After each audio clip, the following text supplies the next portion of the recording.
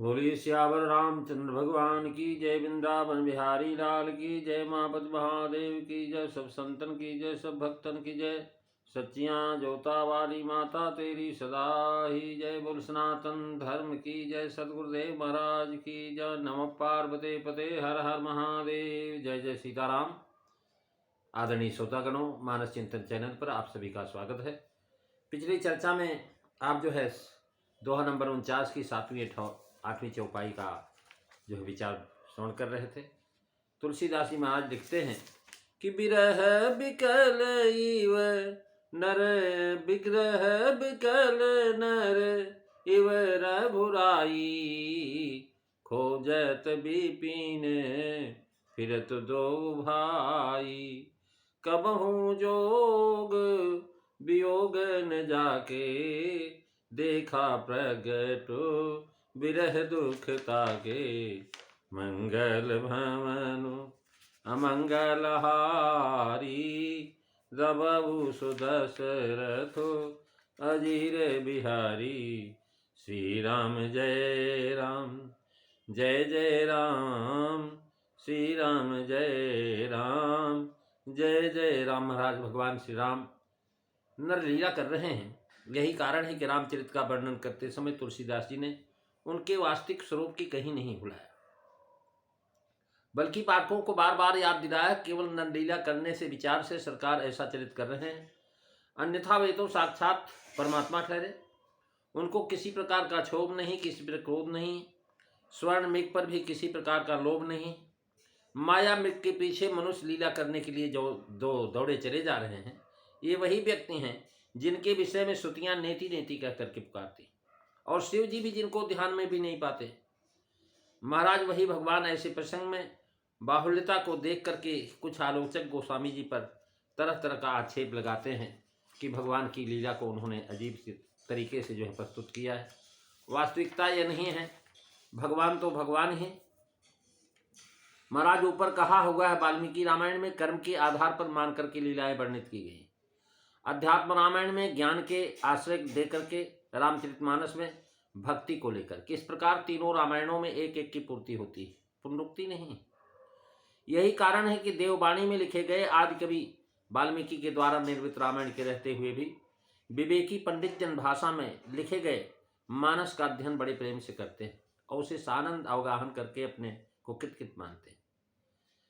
पहले लिखा गया है, पिता बचन तजी राज उदासी, और दंडक बन बीच रतय विनाशी। उदासी और कहाँ मृग बध, ये दोनों परस्पर विरोधी बातें हैं। जब उदासी वेश वचन था तब धनुष बाण कैसे धारण किए और मृगाद का वध कैसे करते रहे, ये शंका जब तक महाराज रामायण में अनभिज्ञ लोग किया करते हैं।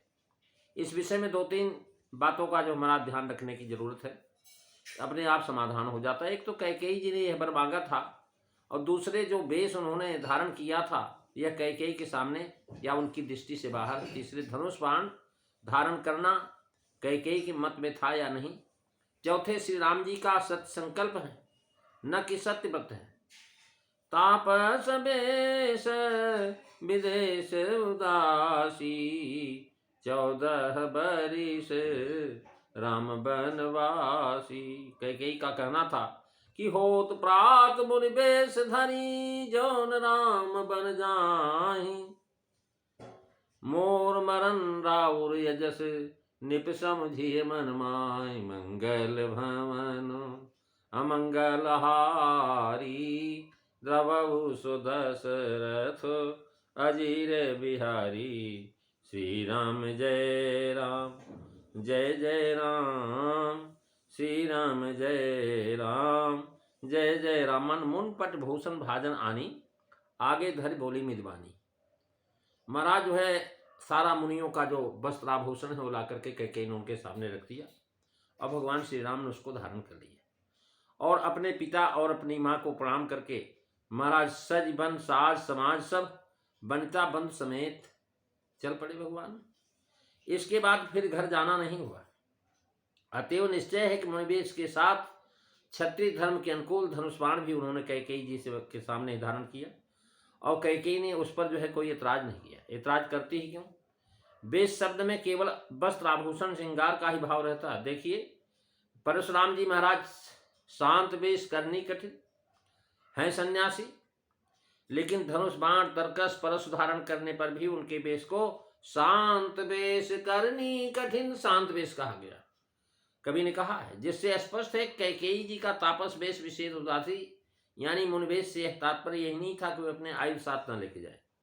और वाल्मीकि में तो धनुष बाण खंग आदि सभी का उसी समय उनके सामने ही लेकर के जाना कहा लिखा है।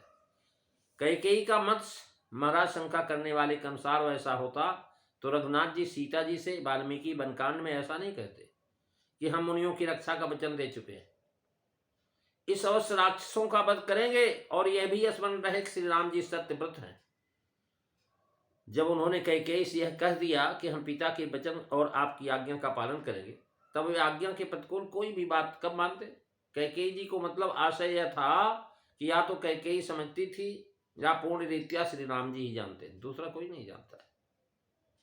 हो सकता है इस प्रकार की शंका के विचार से गोस्वामी जी ने आगे का दोहा लिखा है कि अति विचित्र रघुपति चरितु जानहि परम सुजान, जे मति मंद विमोह बस हृदय धरई कछुआन, मंगल भवन अमंगल हारी द्रबहु सुदशरथ अजीर बिहारी। राम जी का चरित्र जो है अति विचित्र, महाराज अति विचित्र है, परम सुजान ही इसे जान सकते हैं। जो मंद बुद्धि और विशेष मोह के बस में हैं, वे हृदय में कुछ और ही धारण करते हैं, अर्थात कुछ का कुछ समझ बैठते हैं। अति विचित्र रघुपत चरित्र यानी यहां बता रहे हैं कि वास्तव में विचित्र का अर्थ है असाधारण, विलक्षण, अर्थात सर्वसाधारण को अगम्य। जीवों का चरित्र सर्वसाधारण को अगम्य है, पर ब्रह्मादि देवताओं तथा योगियों को अगम्य है, इसलिए उसे विचित्र कहा जा सकता है। और ईश्वर का चरित्र सामान्य जीवों को कौन कहे, ब्रह्मादि देवता भी योगियों के लिए भगम है। महाराज गोवत्स हरण प्रसंग में ब्रह्मा जी श्रीमद् भागवत के अंदर मोहबसी हो गए। नाग फांस में बंधे हुए राम जी को देख के गरुड़ जी मोह हो गए। मोहनी स्वरूप को देखकर शिव जी जो महाराज स्खलित हो गए, उनका मन जो है महाराज मोह दृष्टांत दिया जा सकता है। तो अति विचित्र भगवंत गत को जग जाने जो, परम सुजान तो एक परमेश्वर ही है, वही अपने चरित्र को जानता, दूसरा नहीं जानता है। वही जिसको जना दे वह भी जानता है, और उतने विषय के लिए परम सुजान कह सकते। सर्वथा परम सुजान तो परमेश्वर ही है, यानी एक वेतनात्मक। जे मति मंद विमोह बस हृदय धरई कछुआन। यहाँ ना जानने वालों को तीन कोटियां संज्ञाई दी, एक मतिमंद, दूसरे मोह बस, तीसरे विमोह बस। जे मतिमंद विमोह बस। सतगुण के चरित्र समझने में मतिमंद है, रजोगुण की लीला समझने में मोह बस है, और तमोगुणी लीला समझने में विमोह बस है। इस प्रकार से परम सुजान क्या समझते हैं महाराज?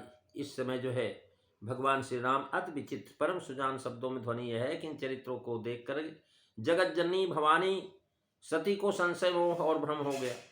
तो इनके अति विचित्र होने में संदेह क्या है?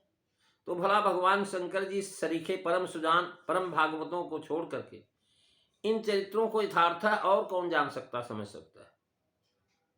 परम सुजान क्या समझते हैं, यह भी जो है उद्धरण से स्पष्ट हुआ। वे जानते हैं कि आपकी देह चिदानंदमय है, अर्थात इस देह में दो देही देह का विभाग नहीं, आपकी देह पंचात्मक नहीं, पंच तत्वों से नहीं बनी।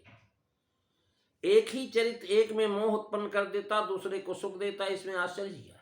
देखिए एक ही पवन के वेग से स्पर्श से जल में शीतलता आ जाती है, अग्नि में उष्णता होती है, वैसे रामचरित भगवत भक्तों में भक्ति, विश्वास, वैराग और भगवत विमुखों को मोह और अनिश्चय के कारण महाराज जो है नष्ट कर देती है।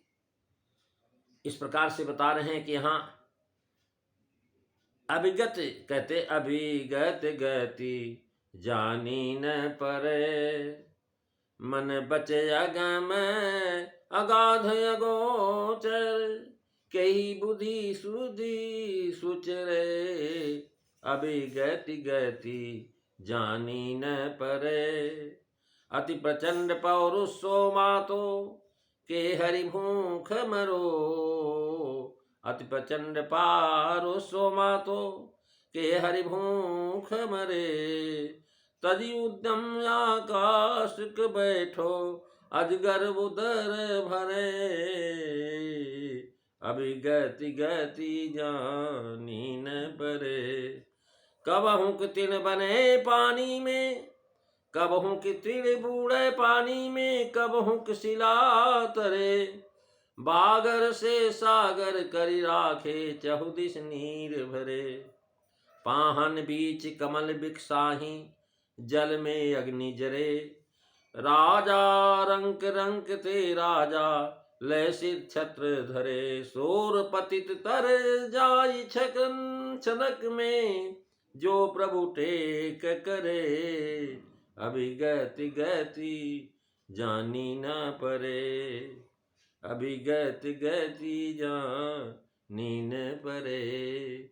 बोलिए सियावर रामचंद्र भगवान की जय। प्रेमी सज्जनों, आज इतना ही। अगली चर्चा आप अगले दिन श्रवण करेंगे।